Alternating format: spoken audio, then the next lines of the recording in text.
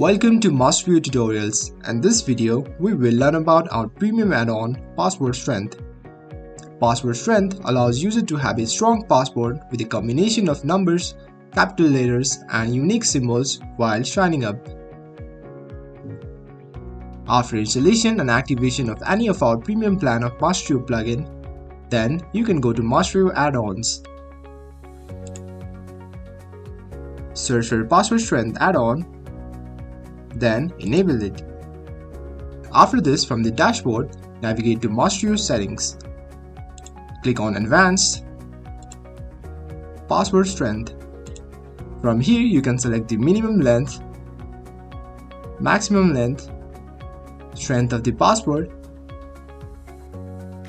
and even show or hide the strength of the password.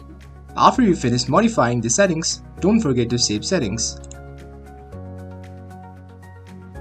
If we look into our registration page, the user must have a strong password to register.